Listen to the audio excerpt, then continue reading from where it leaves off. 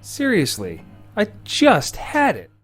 So something a little annoying happened to me today. I took the car out for the first longer test drive that I didn't stay like really local, and I drove about an hour away today.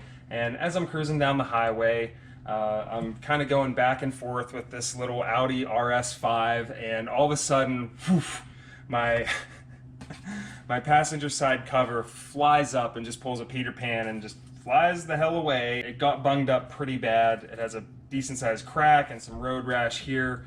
And when I pulled over alongside to a gas station to further investigate, I found that it had been taped together using this flimsy little painter's tape. I could not believe it. There's a tiny little bit of glue here and there, but it clearly didn't stick. So we're going to be doing some plastic welding today with the plastic welding gun.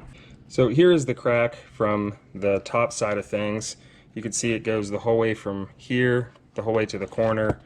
Unfortunately, I did lose a chunk here, and I did lose a chunk in the front side as well, which stinks, but hey, what can you do aside from learn and learn not to repeat the mistakes.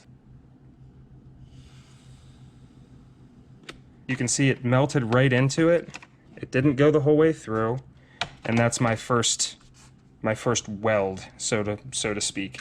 So I'm just going to continue doing that the whole way up along here, and again, kind of manipulating the crack to keep it as flat as I can every couple of inches, just to get this guy back together so that it doesn't shift again whenever I go to reinstall it. On another note, you're going to want to be careful you don't push too hard or go too deep into it, otherwise you'll end up coming out the other side, and obviously that's going to look like crap, so be careful.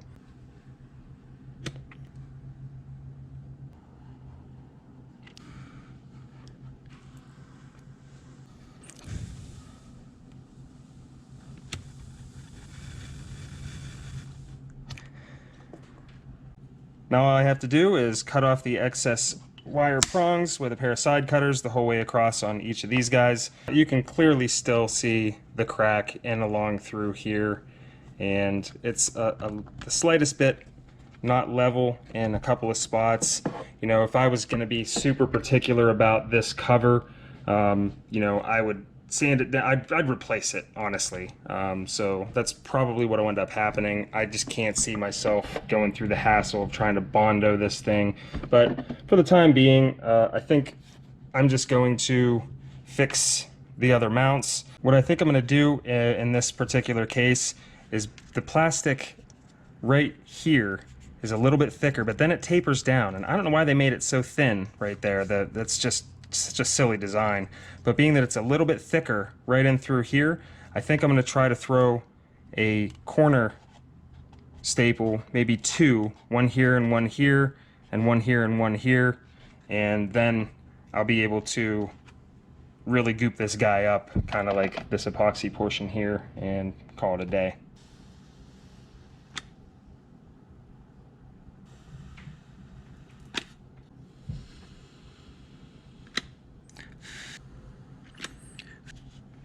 What an interesting tool. You can kind of see how it went through a little bit on the back side.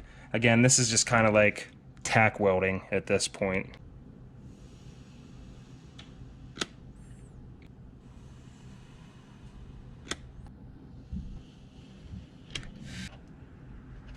Okay, now that I've got all my little tack welds in place, I'm going to finish trimming off all these little ends, and I'm going to find some adhesive to finish the job. Well, here's what I decided on. I'm going to use goop. I've used this on shoe repairs before, and it worked pretty damn well. This is for automotive use. I originally bought this to put a grill mesh on the black FD, but it looks like we're going to be using it to repair this first. So that'll give me a really good idea of how well this stuff works before I go using it on the bumper of the black car.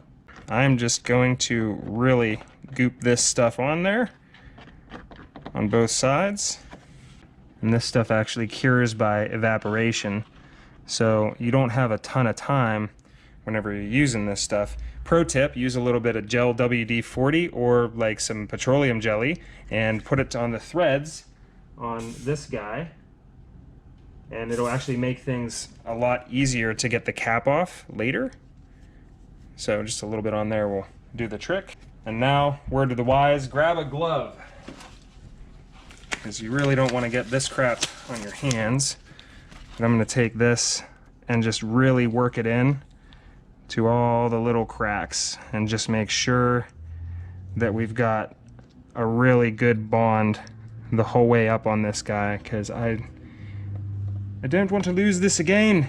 Depending on things, I might need a second coat.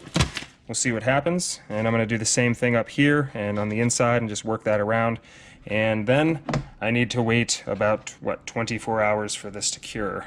Well, here we are. It's the day after, and this stuff has cured up, and it's got a little bit of flex to it, which I don't think is necessarily a bad thing given the circumstances.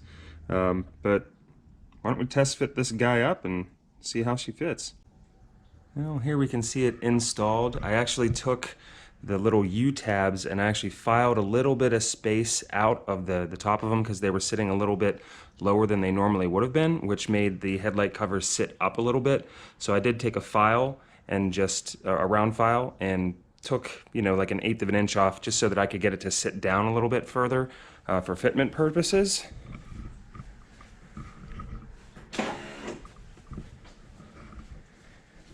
And now the fitment up here lines up a lot better than it did before, probably because it was taped together. I'm pretty disappointed that this happened in the first place. I mean, this thing was in pretty good shape cosmetically and aesthetically, and now that looks like crap. But, it happens. This is, I guess, one of the joys of owning an FD3S RX-7. Thank you for joining me today. I hope you enjoyed the video and got something out of it, maybe even learned something. Don't forget to like and subscribe, and we'll see you in the next one.